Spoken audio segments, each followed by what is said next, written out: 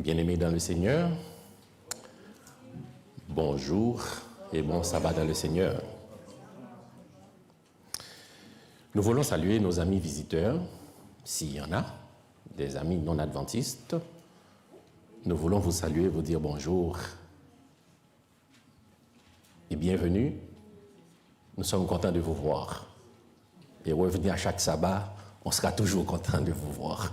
Et si nous sommes contents, Dieu est encore beaucoup plus content de vous voir. Nous voulons saluer toutes les familles et nous voulons saluer une famille pastorale jusqu'en arrière que... Bonjour. Donc, bienvenue. On se croise ici. Donc, nous voulons saluer tous les membres d'église ici à Saint-Georges. Vous êtes chez vous, sentez-vous à l'aise et votre Père est content de vous accueillir à chaque sabbat ici. Ce matin, nous allons réfléchir sur le texte que nous avons lu tantôt. Nous allons essayer de tirer pas mal de leçons dans ce texte. Et c'est pourquoi notre réflexion ce matin a pour titre « Jésus, le Maître pourvoyeur ». Mais juste avant, faisons une courte prière. Notre Seigneur, notre Dieu, nous te disons merci pour tout ce que tu as fait pour nous, Seigneur. Merci pour la nuit passée en bien à l'ombre de tes ailes. Merci d'avoir conduit nos pas jusqu'ici pour venir t'adorer, te louer, te psalmodier. Nous te demandons de nous accepter par devant ta face et parle-nous toi-même et sortir d'ici que nous soyons édifiés à salut. Au nom de Jésus. Amen.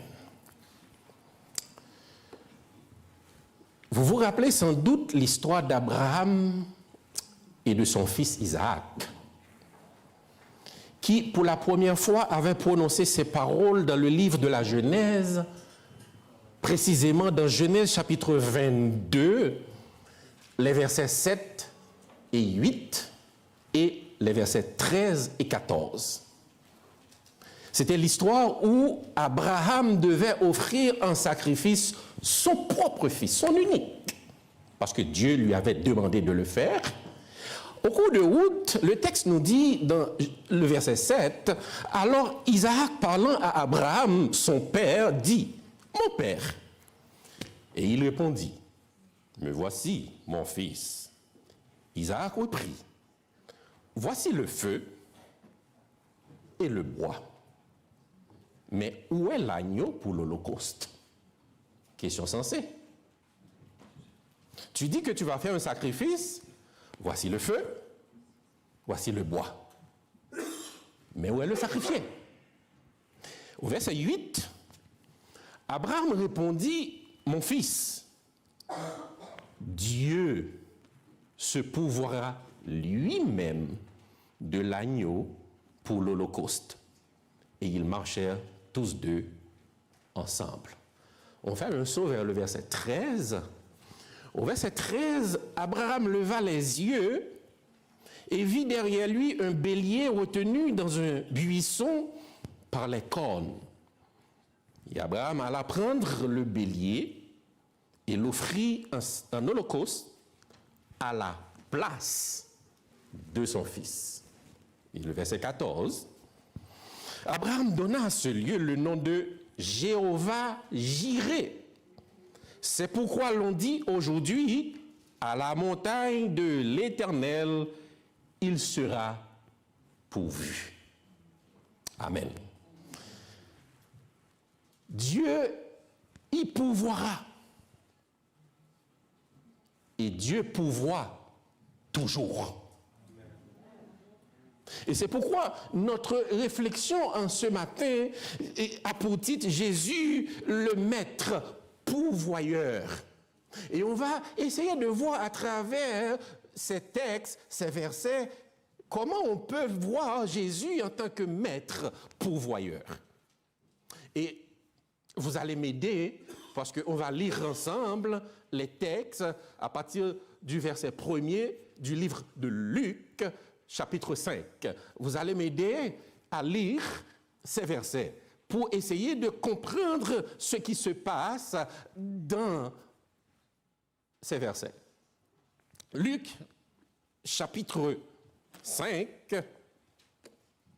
les versets 1 à 11. Que dit le verset premier?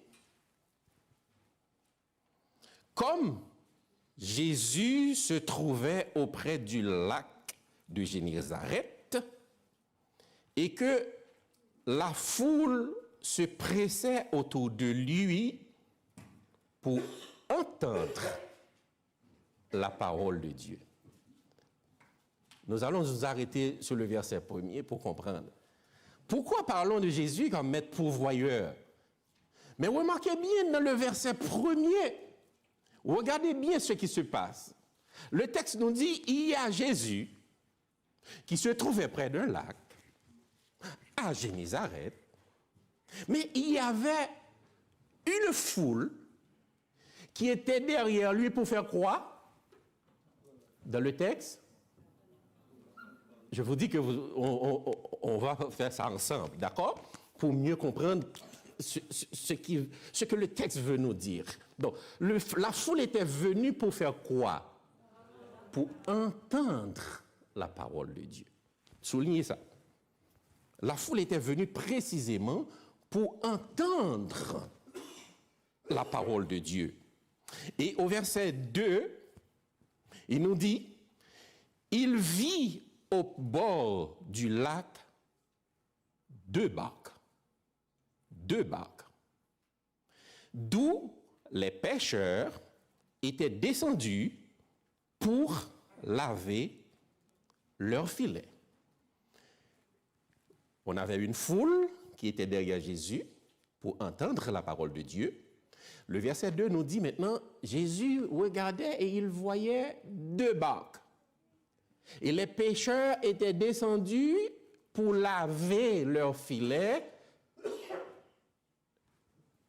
Là, on se demande, mais ok, on va voir qu'est-ce qui se passe. Donc, on a une foule, on a deux barques. Verset 3.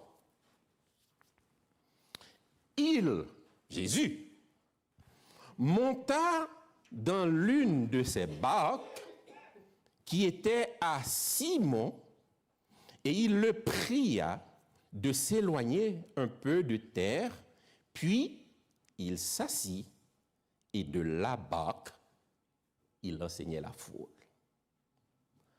Là, on a une réponse au premier verset. Le premier verset nous montre quelque chose et le verset 3 répond à la demande. C'était quoi le besoin du peuple, de la foule, d'entendre la parole de Dieu? C'est pourquoi Jésus est le maître pourvoyeur. Maintenant, est-ce que c'est par hasard que Jésus a choisi de monter dans la barque de Simon? D'après vous, c'est un hasard? Est-ce qu'il y a un hasard pour Dieu? Non. Donc Jésus a choisi la barque de Simon. Il est monté dans la barque. Le texte me dit qu'il s'est assis et il a prié à Simon de s'éloigner un peu, d'accord, de la terre, de s'éloigner un peu.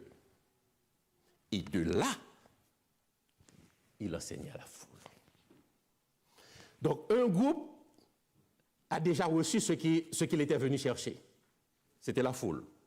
Parce que le texte me dit au verset 1er, que la foule était venue pour entendre la parole de Dieu. Et le verset 3 me dit que Jésus a fait exactement à combler le vide de la foule, le besoin de la foule. Jésus, assis dans la barque de Simon, au verset 3, il enseigna la foule. Donc, il a donné à la foule ce qu'elle avait besoin, d'entendre la parole de Dieu. Donc Jésus est le maître pourvoyeur. Jésus répond à nos besoins. Au verset 4, donc remarquez qu'une première catégorie de personnes a reçu ce qu'elle était venue chercher. Jésus pourvoit aux besoins de la foule. Maintenant, au verset 4, lorsqu'il eut cessé de parler, Jésus, alors, il dit à Simon, avance en pleine eau et jetez vos filets pour faire quoi? Pour pêcher. Remarquez bien. Au verset 2, Jésus avait demandé à supplier, ou du moins le verset 3, il pria Simon de s'éloigner un peu, afin d'avoir une distance avec la foule pour enseigner la foule. Mais au verset 4, il a fait une autre demande à Simon. C'était quoi la demande? De s'éloigner en pleine eau pour faire quoi? Pour pêcher. Simon Pierre et ses collègues, des pêcheurs professionnels, qui savaient où, quand et à quelle heure d'aller pêcher. Ils ont passé toute la nuit à pêcher. Ils n'ont rien pris. Et voilà que le matin, ils se préparaient à rentrer chez eux en lavant leurs filets pour rentrer chez eux. Imaginez Simon et ses amis qui sont des pères de famille, qui sont sortis pour aller chercher à manger pour leurs femmes et leurs enfants. Imaginez un père de famille qui est sorti pour aller chercher à manger à ses enfants et voilà qu'il a passé toute la nuit à chercher à manger et puis rien. Il va rentrer chez lui sans rien à apporter à ses enfants. Sans rien. Donc, imaginez qu'à ce moment, moi j'imagine, je pense que moi en tant que père de famille, je ne serais pas content. Voilà que je suis venu pour chercher à manger à mes enfants et que j'ai passé toute cette nuit. Je n'ai rien pris, je n'ai rien trouvé et voilà que je vais rentrer chez moi avec mes enfants qui vont me regarder dans les yeux. Ils n'ont pas besoin de parler. Leurs yeux vont te dire, papa, qu'est-ce que tu as apporté, papa? Je n'ai rien apporté. Je n'ai rien à apporter. Et voilà que le texte me dit que dans cette situation, et que Jésus est apparu et a demandé à Simon, un pêcheur professionnel qui sait comment ou quoi pêcher, c'est quelqu'un qui sait ce qu'il fait, c'est pas quelqu'un qui est ignorant dans son domaine, il s'y connaît, et il sait très bien que bon, si je n'ai pas trouvé de poisson hier soir, à cet endroit, à ce moment, le jour où j'ai été pour pêcher, si je n'ai rien trouvé, c'est qu'il n'y a pas de poisson dans ce lac-là. Tous les poissons sont morts, je ne sais pas. Parce que c'est un professionnel, ce n'est pas n'importe qui.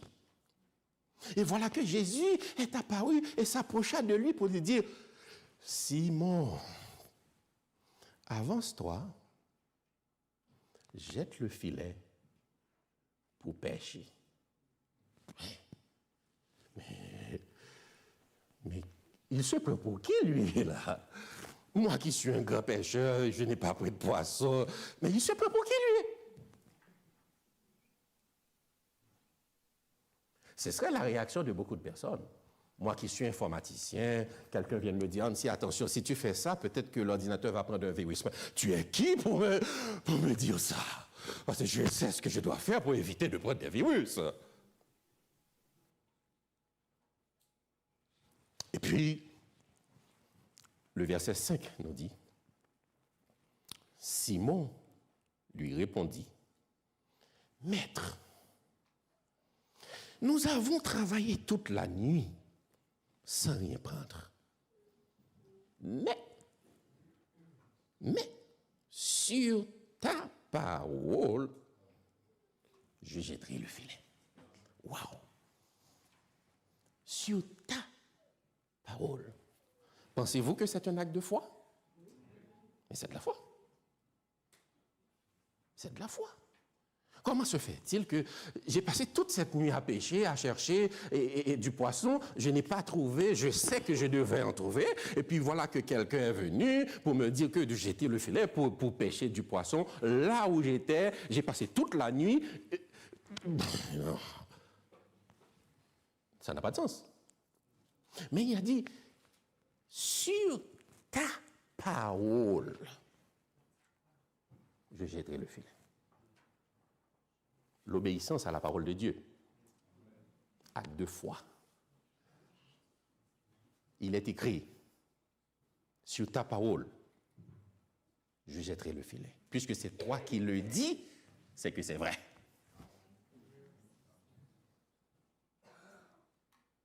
Donc, Simon ne considérait pas ses compétences de pêcheur de poissons en tant que professionnel. Et à ce moment, Simon a reconnu que c'est vrai que je suis un grand pêcheur de poissons, mais cet homme-là, je pense qu'il connaît mieux que moi. Il est plus professionnel que moi. Mais sur ta parole, je jetterai le filet. Et le texte nous dit au verset 6, l'ayant jeté, ils prirent une grande quantité de poissons. Une grande quantité de poissons et leurs filets se rompaient. Waouh, waouh.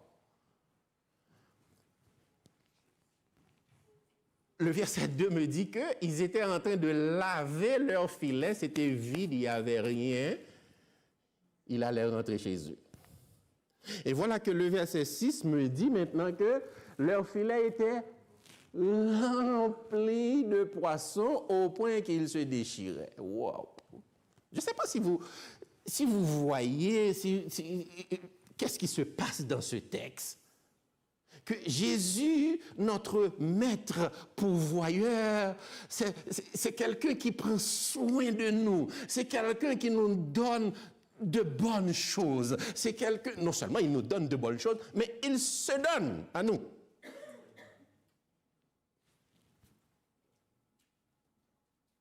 Donc si Dieu, comme a dit la Bible, nous a donné son Fils unique, qu'est-ce qu'il ne nous donnera pas? Son Fils. Il nous le donne. Jean 3,16, Dieu a tellement aimé le monde qu'il a donné. Il a donné son Fils unique, afin que quiconque croit en lui ne périsse point, mais qu'il ait la vie éternelle. Donc, le premier groupe a reçu ce qu'il était venu chercher. Jésus a pourvu à leurs besoins, la foule. Elle était venue pour entendre la parole de Dieu. Jésus a pourvu aux besoins de la foule. Il a enseigné la parole de Dieu à la foule. Le deuxième groupe, Simon et ses collègues étaient venus pour pêcher du poisson. Et voilà que Jésus, au verset 6, leur donne tellement de poissons. Peut-être que c'est pour la première fois de la vie de professionnel de Pierre qu'il a pris tellement de poissons. Parce que quand Dieu donne, il donne en abondance. C'est la bénédiction de l'Éternel qui enrichit et il ne la fait suivre d'aucun chagrin. Et le verset 7. Ils firent signe à leurs compagnons qui étaient dans l'autre barque de venir les aider, et ils vinrent et ils remplirent les deux barques au point qu'elles enfonçaient. Waouh! à chaque point qu'on voit, on dit waouh, ça nous émerveille, c'est merveilleux. Les 2 bacs étaient vides, maintenant le texte me dit que les 2 bacs sont tellement remplis qu'elles s'enfonçaient. Hein? Waouh! Donc Jésus pourvoit aux besoins, mais aussi il faut voir une leçon dans ce texte, le verset 7. Il n'était pas égoïste. Le texte me dit que ils font signe aux autres. Venez, venez, amenez votre bague, venez.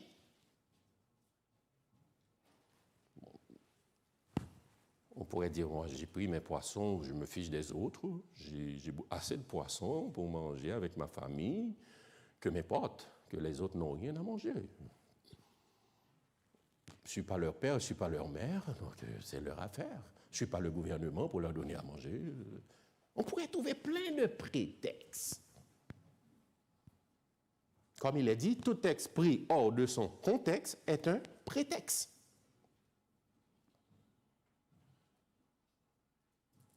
Mais non, ils n'ont pas laissé l'égoïsme prendre le dessus. Non, mais ils ont appelé l'autre bague. Venez, venez, venez. Il y a du poisson pour vous, il y a assez de poissons. Venez prendre. Et c'est la même chose, le travail missionnaire que Dieu nous a confié. Dieu comble notre vie avec sa parole. En retour, nous devons aller appeler les autres pour dire, venez, il y a une bonne chose qui se passe ici.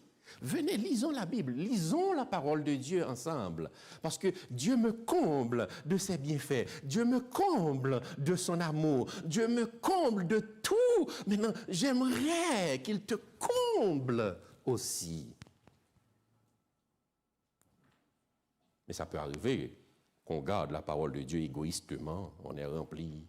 On vient à l'église à chaque sabbat, on paie nos dîmes aux offrandes, on est des adventistes pieux. Bon, que m'importe que les autres qui sont au dehors, ils n'ont rien à manger, ils ne connaissent pas la parole de Dieu. Je ne parle pas de vous là, hein, je fais un tableau, d'accord? Ce n'est pas directement de vous que je suis en train de parler, je dresse un tableau. Donc quelqu'un qui se dit, moi je suis riche et je me suis enrichi. La Odyssée. Je n'ai rien besoin, moi. Je vais à l'église, je paie mes dîmes, je paie mes offrandes, tout ce qui se fait à l'église, moi, je suis prêt à donner un chèque. Là, la porte du ciel est grande ouverte et m'attend.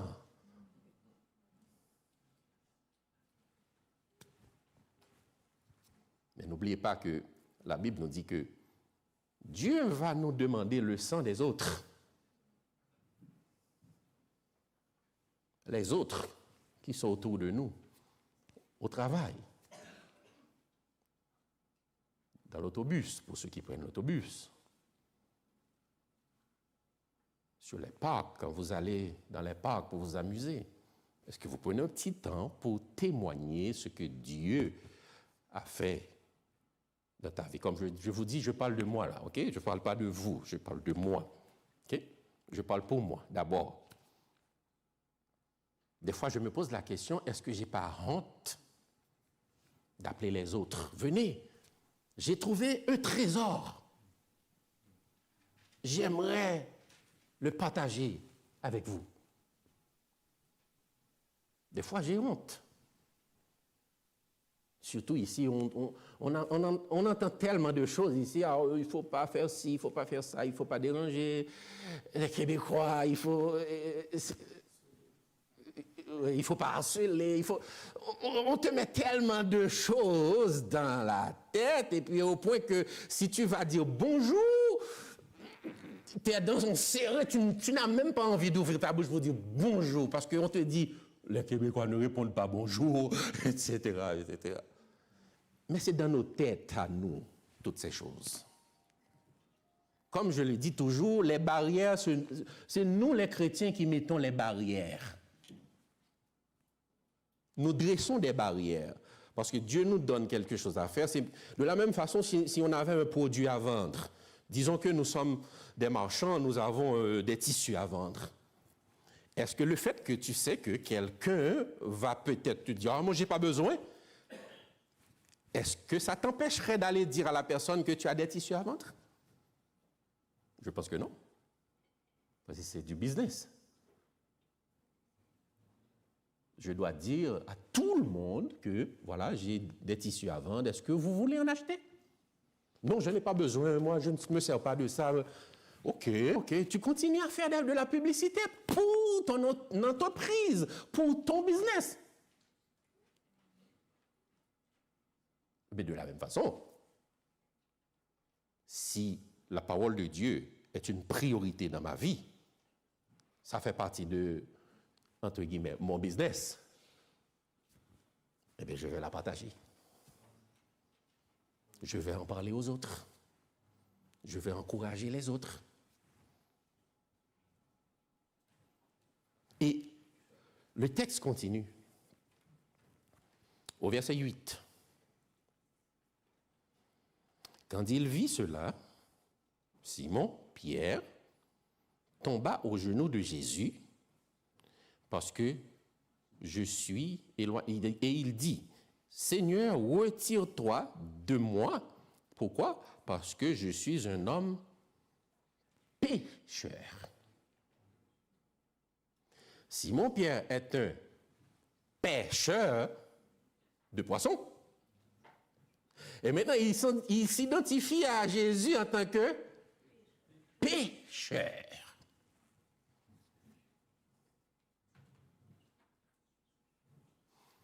On doit être honnête envers Dieu. On doit dire à Dieu la vérité. On ne peut pas cacher les choses à Dieu. Et Jésus, si on regarde dans les évangiles, Jésus aimait bien les gens qui disaient exactement ce qu'ils ressentaient. Ou du moins la vérité. Pierre tomba aux pieds de Jésus. Mais retire-toi de moi, parce que je suis un pécheur. Je ne suis pas bon, maître. Et quand on lit dans la petite histoire, Pierre, c'était quelqu'un qui disait de gros mots. Quand on parle, bon, je ne sais pas pour ici, mais chez moi, quand on dit quelqu'un marchand de poissons, on te dit, entre guillemets, beaucoup de choses. Parce que dans les marchés où on vend des poissons, chez moi, on entend des propos toute la journée, de gros mots, des sottises. Donc quand quelqu'un te dit, toi, marchand de poissons, il te dit des choses. C'est que tes lèvres ne sont pas pures. Tu es quelqu'un qui peut dire n'importe quel propos sans réfléchir. Et quand on lit dans l'histoire, on voit que ce n'était pas différent pour Pierre, pêcheur de poissons. On dit que c'est quelqu'un qui était un peu grossier, qui disait de gros mots, etc. Mais voilà que, en face de Jésus, il est tombé, la face contre terre, pour dire, Seigneur, retire-toi de moi, Seigneur, moi qui suis un pécheur. Est-ce que je serais prêt à faire cette confession face à Jésus? Moi qui dis de gros mots avec ma bouche, moi qui regarde n'importe quoi avec mes yeux, moi dans mes pensées, je pense à toutes sortes de choses. Est-ce que je serais prêt en face de Jésus à me dépouiller, entre guillemets on pourrait dire, à me déshabiller comme en face de Jésus? À me présenter devant lui tel que je suis, un pécheur, un misérable pécheur. Mais pas comme, ah oui, moi, je jeûne, je paie ma dîme et mes offrandes, je ne suis pas comme le reste de ces hommes, les pharisiens. Bon, je ne suis pas comme eux, là. Moi, je viens à l'église chaque sabbat, je prie, je fais l'aumône, je paie mes dîmes et mes offrandes. Le sabbat, c'est sacré. je ne suis pas comme eux là. Non. Je ne pense pas que le ciel a de la place pour ces gens-là. Mais moi, oui. La première place au ciel est à moi. La plus belle chaise sera réservée à moi. Parce que je suis un bon chrétien. Un bon membre d'église. Mon nom est inscrit partout dans les cahiers de l'église. Partout. On me voit comme moniteur, comme diacre, comme... Waouh! Le ciel est ouvert pour moi. Mais c'est parce que Dieu nous demande. Ce n'est pas le fait que nos noms sont inscrits dans les cahiers de l'Église que nous serons sauvés. Ce n'est même pas parce que nous donnons l'aumône. Parce qu'il y a des choses que nous faisons dans la vie, c'est parce que justement que Jésus nous fait grâce que nous le faisons. C'est parce que Jésus nous sauve, c'est parce que Jésus nous donne et nous donnons en retour. Nous ne donnons pas pour flatter Jésus. Nous ne faisons pas de bonnes choses pour acheter la plus belle place dans le ciel. Non, ce n'est pas ça l'objectif, puisque Jésus a déjà tout payé. Il a donné déjà sa vie. Il a déjà tout payé. Donc nous n'avons qu'à accepter la grâce qu'il nous a faite.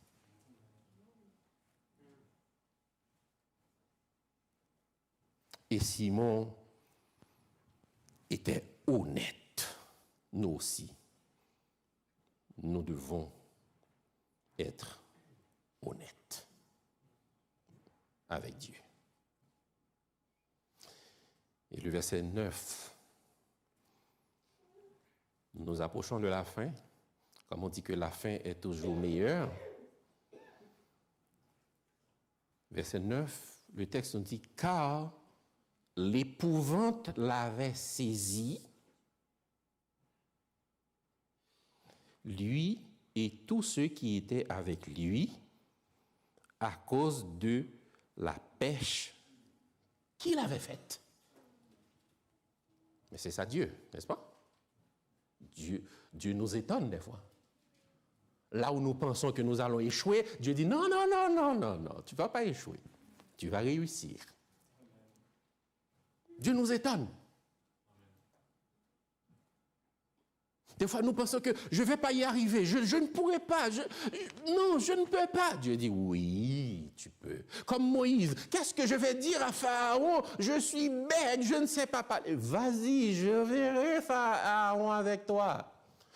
Mais qu'est-ce que je vais dire? Oh, tu vas dire, je suis, t'as envoyé. Bon, on cherche des excuses. Eh bien, vas-y, vas-y. Et Dieu mettra ses paroles sur nos lèvres. Et c'est ça que Mme White nous dit dans les derniers temps.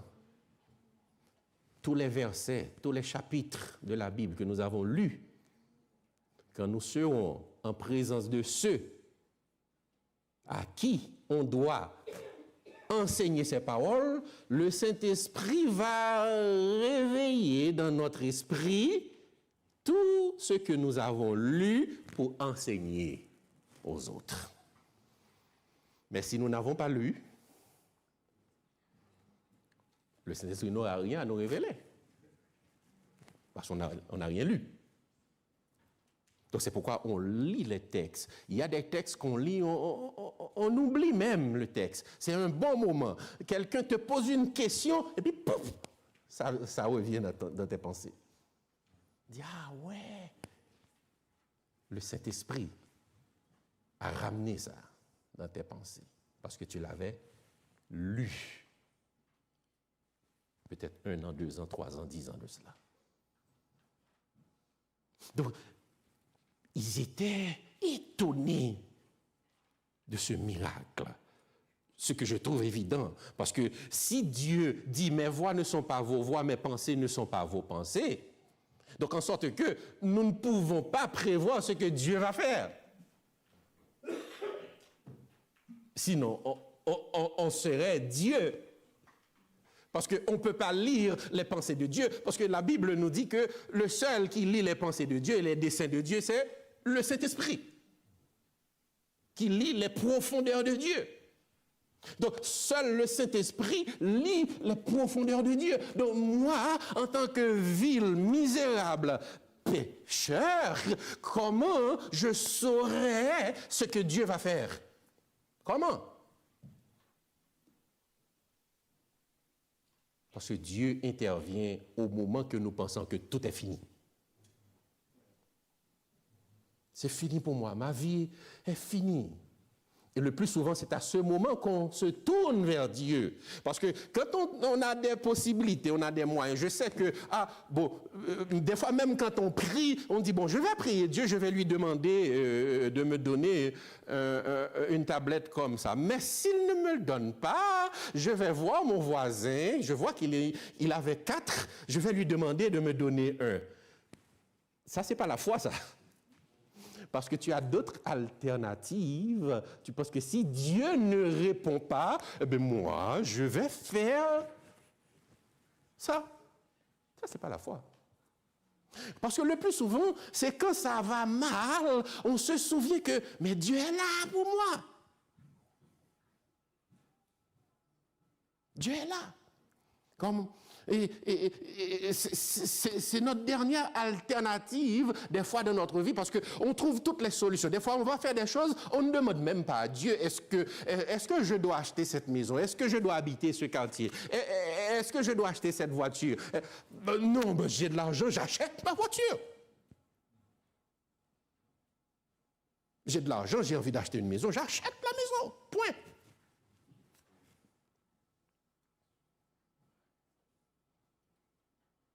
Mais on doit apprendre à passer du temps à demander à Dieu, est-ce que tu veux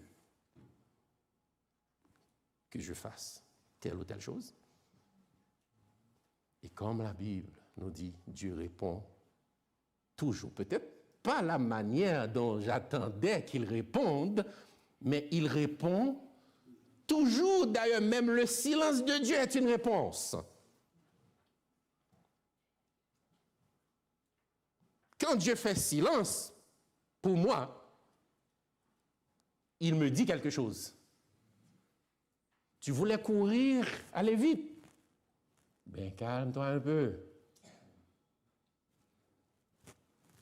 Calme-toi un peu. Le silence de Dieu est une réponse, parce que Dieu répond toujours. Donc, apprenons à demander à Dieu ce qu'il veut que nous fassions. Et le verset 10, avant-dernier verset, il nous dit, il en était de même de Jacques et de Jean, fils de Zébédée, les associés de Simon. Alors, Jésus dit à Simon, ne crains point. Désormais, tu seras pêcheur d'hommes. Une mission. Si vous vous rappelez au verset 2, quand Jésus est monté dans la barque de Simon, c'est pourquoi, en lisant le texte, je me suis dit, mais est-ce que c'est par hasard que Jésus est monté dans la barque? Parce qu'il n'y a jamais de hasard pour Dieu. Dans la barque, il a précisé même la barque de Simon. Il est monté, il s'est assis et il enseignait à la foule. Vous voyez que Jésus a permis à Pierre de participer dans la mission de pêcheur d'hommes. Parce que tandis qu'il a demandé à Simon de se reculer un peu, donc Simon-Pierre était comme, aujourd'hui, disons que c'était une voiture, c'est comme quoi Simon était le chauffeur de Jésus. Puis il dit, avance un peu. Donc Simon faisait un travail auquel il ne s'attendait même pas qu'il allait avoir la mission pour accomplir ce travail. D'enseigner la parole de Dieu aux hommes, d'être pêcheur d'hommes. Et Dieu lui dit, Jésus lui dit, Simon, ne crains point. Ne crains point. C'est pourquoi on aime bien ce chant. Ne crains rien, je t'aime, car je suis avec toi. Jésus nous dit toujours, ne crains point. Quand ça va mal, des fois la vie paraît noire devant nous. On est désespéré. Et puis on entend Jésus qui est venu pour nous dire, ne crains pas mon fils, ne crains pas ma fille. Ne crains point. Parce que dans plusieurs situations, on a beaucoup de craintifs. On a peur. Est-ce que je vais réussir? Est-ce que je vais pouvoir faire ça? On a peur, ce qui est normal chez un être humain. Donc, parce que Jésus même avait dit, mon âme est triste jusqu'à la mort. Donc, la tristesse et la faiblesse, ça fait partie de l'être humain. Donc, c'est pourquoi Dieu, quand il vient dans notre faiblesse, il nous rassure. Ne crains point. Ne crains point. Je ferai de toi pêcheur d'hommes.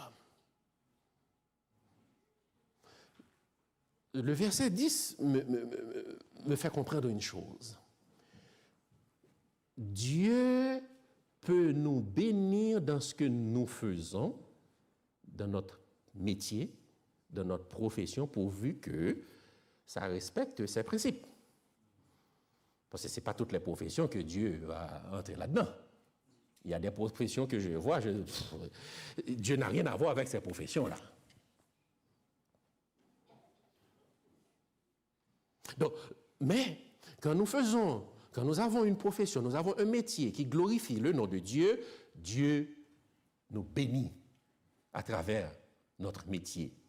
Mais ici, on voit que Dieu, non seulement il a béni Pierre et ses compagnons, mais il lui donne une mission. Une mission d'aller pêcher. Non seulement tu es pêcheur de poissons, mais maintenant tu vas être pêcheur d'hommes. Une mission. Dieu nous donne toujours une mission. Toujours. Nous avons tous une mission. Dès qu'on rencontre Jésus, dès le premier jour qu'on rencontre Jésus, on a une mission. Dès le premier jour. Si vous vous rappelez la femme au bord du puits, elle est partie dire à toute la ville, venez, j'ai rencontré un homme qui m'a dit tout ce que j'ai fait, il connaît toute ma vie, venez. Et là, le texte me dit que toute la foule était venue pour entendre la parole de Dieu. Dès qu'on rencontre Jésus, on a une mission. Parce que nous sommes un livre ouvert au monde. Le monde lit à travers nous. Nous sommes porteurs de bonnes nouvelles, pas de mauvaises nouvelles, comme dans la leçon ce matin. J'ai bien apprécié la présentation de la leçon. Des fois, nous sommes des porteurs de mauvaises nouvelles. Si tu ne fais pas ça, tu vas en enfer. Si tu ne fais pas ça, tu vas être brûlé. Hey, tu apportes quoi comme nouvelle? Brûler, l'enfer, etc. La personne dit, bon, ça ne vaut pas la peine cette affaire-là. Hein? Parce que c'est brûler, l'enfer, perdition, couper la tête, pendaison. Hey! Parce que ce n'est pas une bonne nouvelle. Parce que l'évangile est une bonne nouvelle. C'est qu'est-ce que Dieu avait fait dans ma vie qui est bon, que je vais partager avec les autres pour leur montrer comment Dieu est bon pour moi. Mais est-ce que je peux aller dire à quelqu'un, oh, ça ne va pas, je n'ai pas de nourriture chez moi, je ne mange pas depuis 2 jours. C'est comme ça que tu vas prêcher quelqu'un? Eh bien, tu dis à la personne, reste loin, ne viens pas ici. Parce que si tu viens là, tu ne vas pas manger. Donc Dieu met toujours quelqu'un sur notre route pour partager. Petit à petit, Dieu fait son travail. Dieu met toujours sur nos routes quelqu'un pour entendre sa parole. Donc partageons la parole de Dieu avec les autres. Nous arrivons au dernier verset. Nous allons atterrir. Moi, personnellement, je ne sais pas pour vous, quand vous avez lu ces versets, c'est le verset 11 qui a attiré mon attention. Pourquoi? Comment comprendre que Pierre et ses collègues qui sont venus au lac de Génézareth depuis la nuit en tant que professionnels pour pêcher, ils ont passé toute la nuit. Et voilà que le texte me dit une chose que je ne comprends pas trop. Peut-être que vous allez m'aider à comprendre. Lisons le texte, verset 11. Et, ayant ramené les barques à terre, ils laissèrent tout et le suivirent. Je ne sais pas si vous comprenez, mais moi je ne comprends pas. Je ne comprends pas. Vous comprenez? Bon, c'est bien si vous comprenez, parce que ils ont passé toute une nuit. Ils sont venus exactement pour faire quoi? Pour pêcher du poisson. Et voilà que Jésus, miraculeusement, leur a donné du poisson en abondance. Moi, des fois, quand je lis le texte, je dis, il y a des gens qui vont dire, adios, Jésus, à la prochaine. Et puis, c'est ça que j'étais venu chercher. Du poisson, voilà que tu m'as donné du poisson. Adios, à la prochaine. Je prends mes poissons, je rentre chez moi, je mange pendant un mois, une semaine, je mange. Mais le texte me dit autre chose. Le texte veut me dire une chose à laquelle je ne m'attendais pas. Mais on ne s'attendait pas à ça. Ils sont venus pour pêcher du poisson. Et voilà que Jésus vous donne du poisson en abondance. Je prends mes barques, je rentre chez moi, je rentre avec mes poissons, je donne à manger à mes enfants, je donne à manger à ma femme, je donne peut-être, si je ne suis pas égoïste, à mes voisins, allez, je vous donne un poisson, etc. Et puis peut-être que j'ai à manger pendant une semaine, 2 semaines, 3 semaines, peut-être un mois. Et puis je dis que le mois prochain, je vais revenir pour pêcher. Mais le texte me dit une autre chose. Le texte me dit que, ayant ramené les barques, ils ont tout laissé pour suivre Jésus. Je vais vous poser une question. Est-ce que vous pensez que Simon, Pierre et les disciples étaient des idiots?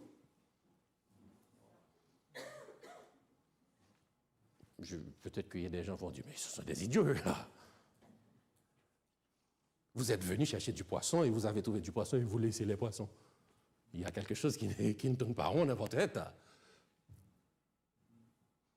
Eh bien, justement, parce que Simon et ses disciples étaient extrêmement intelligents. C'est comme on dit, au lieu que quelqu'un te donne un pain, vaut mieux que la personne te donne le fourneau. Donc, Pierre, qui savait que, on dit aussi le proverbe, au lieu que quelqu'un te donne du poisson, au lieu que la personne te montre comment pêcher. Eh bien, Simon Pierre a compris cela, a dit, bon, si moi, professionnel que je suis, j'ai passé toute cette nuit à chercher du poisson, je n'ai pas trouvé, et que ce monsieur-là, qui s'appelle Jésus, il est venu en un instant, me demandant de jeter mon filet pour pêcher. J'en ai pris tellement de poissons au point que les 2 barques qui étaient vides, on allait rentrer chez nous, sont remplies de poissons. Les barques s'enfonçaient. Et ce qui est plus important pour moi, ce n'est pas les poissons. Ce ne sont pas les poissons qui sont plus importants pour moi, mais c'est cet homme-là. C'est cet homme-là. C'est lui qui est important pour moi. Ce ne sont pas les poissons. Parce que s'il me donne du poisson aujourd'hui, il peut toujours me donner du poisson parce qu'il pourvoit toujours. Amen. Ils ont tout laissé. Maintenant, la question que je me posais quand je lisais ce texte, qu'est-ce qui est trop important dans ma vie que je ne peux pas laisser pour Jésus? Ça, c'est ma question, d'accord? C'est à moi. Qu'est-ce qui est si important dans ma vie que je ne peux pas laisser pour Jésus? Qu'est-ce qui est trop cher à ma vie que je ne peux pas laisser pour Jésus? La semaine dernière, ma femme m'a raconté une histoire à peu près qui a rapport avec le verset 11. Je ne sais pas si elle l'a lu sur Internet ou, mais elle m'a raconté cette histoire. Une mère avec sa fille qui ont passé toute la journée sans manger. Je ne sais pas si à Québec on connaît ça, et passer une journée sans manger, je ne sais pas. Mais chez moi, oui. Passer des jours même sans manger. Imaginez une mère avec sa fille qui ont passé toute une journée sans manger. Elle passait auprès d'un restaurant et elles ont demandé à manger au maître du restaurant. Elle dit, allez-y, partez, je ne veux pas de vous ici, etc. Et puis elle a supplié le maître pour dire, monsieur, s'il vous plaît, on n'a pas mangé depuis ce matin, on a faim, est-ce que vous pouvez nous donner quelque chose, même le reste, etc. Elle dit, non, je ne veux pas, allez-y, allez, partez. Avec insistance, finalement, le maître a décidé de dire, bon, OK, une seule personne pourra rentrer et manger un morceau et puis après, dégager. La mère a dit, moi, j'ai déjà mangé. Permets à ma fille de rentrer afin qu'elle puisse manger un morceau. La fille est rentrée avec le propriétaire, on lui a donné un morceau, et puis la maman est restée dehors. En sortant, la fille demanda à sa mère, mais maman, pourquoi tu as dit au propriétaire que tu as déjà mangé? Et je sais que tu n'as rien mangé. Elle a dit, ma fille, ce qui est important pour moi, c'est que toi, tu manges. Parce que c'est mon devoir de te donner à manger. Mais je ne pouvais pas te donner à manger. Donc, s'il y a un seul plat, c'est toi qui dois le manger. La fille a sorti un sachet pour dire à sa mère, j'ai mis la nourriture dans un sac, on va manger ensemble. C'est ma femme qui m'a raconté cette histoire. Et l'histoire me rappelle exactement ces hommes qui peut être des pères de famille qui étaient venus pêcher justement pour apporter à manger à leur famille et qui n'ont rien trouvé. Et Jésus leur a donné en abondance. Mais au lieu de prendre les poissons, de rentrer chez eux pour donner à manger à leurs femmes et à leurs enfants, ils ont tout laissé pour suivre Jésus. Pour certains, ça ne tourne pas rond, là. Mais la foi va nous permettre de voir au travers de ça. Parce que Pierre et ses collègues, c'est vrai, ils avaient besoin du poisson pour nourrir leur famille. Mais ils ont trouvé quelque chose qui est beaucoup plus grand que les poissons. Jésus, qui peut non seulement lui donner du poisson, et comme de fait, Jésus lui a donné du poisson et lui a donné une mission. Il était venu chercher une chose, il est parti avec deux choses. C'est Dieu qui comble nos vies, bien-aimés. C'est Dieu qui prend soin de nous. C'est Dieu qui connaît nos besoins. C'est Dieu qui nous donne notre subsistance. Quand on se lève le matin, on va travailler. Mais est-ce qu'on pense à ce souffle-là, cette force-là, cette énergie que nous avons pour aller travailler? Où est-ce que vous l'avez trouvé? Quand les gens vous disent des choses déprimantes, des choses qui peuvent détruire votre mental, mais vous allez vous mettre à genoux pour prier, non pour maudire ces gens, mais pour prier pour eux. Et puis Dieu prend en charge nos douleurs. Donc voilà que les disciples, ces hommes-là, ils ont laissé tout pour aller suivre Jésus.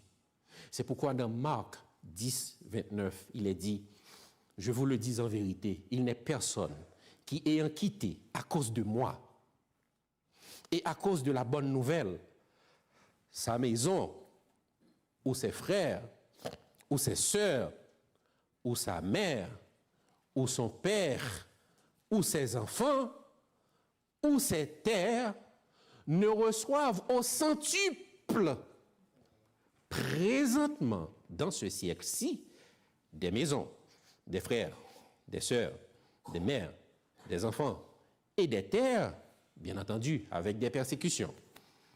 Et dans le siècle à venir, la vie éternelle. Donc Dieu nous donne toujours plus que ce que nous nous attendions. Il pourvoit à nos besoins, non seulement ici-bas, mais il nous prépare aussi pour le ciel, pour le salut. C'est pourquoi il est dit, que servirait-il à un homme de gagner le monde s'il perd son âme? Certes, nous travaillons ici pour manger, pour boire, pour acheter des maisons, pour acheter de belles voitures, mais au-dessus de tout ça, ce qui est plus important, c'est de nous préparer pour rencontrer Jésus quand il reviendra des cieux. C'est ce qui est plus important pour le chrétien. C'est de voir Jésus. Comme le chant dit, voir face à face, voir notre Sauveur face à face. Imaginez-vous un jour, on va voir Jésus face à face. Quelqu'un que je vois dans ma pensée, un jour la Bible me dit que je vais le voir face à face, tel qu'il est. Waouh! Si c'était demain ce jour, mais on ne connaît pas. Ah ouais? On ne connaît pas le jour. Mais si c'était demain, on serait bien content pour voir Jésus. Donc, que le Seigneur nous aide à ne pas réagir comme le jeune homme riche qui ne voulait pas suivre Jésus à cause de ses richesses. Ainsi que la femme de Lot, à cause de ses richesses, ne pouvait pas s'en aller puisque Dieu lui avait demandé de s'en aller. Elle est retournée et est devenue un bloc de sel. Que le Seigneur Jésus, le Maître pourvoyeur, nous aide à comprendre la profondeur de son amour pour nous afin de nous donner un avenir et de l'espérance. C'est un grand secours. Jésus est notre grand secours. Quel grand secours d'avoir Jésus pour Maître. Frères et sœurs, restons attachés à Jésus. Que Jésus soit le premier dans notre vie et nous ne le regrettons pas jamais. Jamais nous n'allons regretter ça. Qu'il en soit ainsi pour vous et pour moi. Que le Seigneur vous bénisse. Prions le Seigneur. Que l'Éternel nous bénisse. Que l'Éternel nous garde. Que l'Éternel nous protège. Que l'Éternel nous sauve.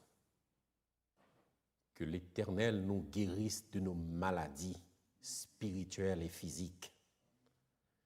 Que l'Éternel nous donne en abondance, comme il l'a fait toujours et comme il l'a fait pour Pierre et ses collègues. Que l'Éternel nous donne de passer une bonne journée de sabbat. Que l'Éternel prépare pour nous la nouvelle semaine qui va venir, qu'elle soit profitable pour nous à tous égards. Que l'Éternel bénisse les pères de famille, les mères de famille, les enfants, les jeunes. Que l'Éternel bénisse l'église de Saint-Georges. Que l'église soit un phare ici dans ce quartier pour que tout le monde sache que c'est l'Éternel qui est Dieu. Que l'Éternel nous renvoie de ces lieux avec sa paix, sa grâce et l'onction de son Saint-Esprit. Au nom de Jésus. Amen.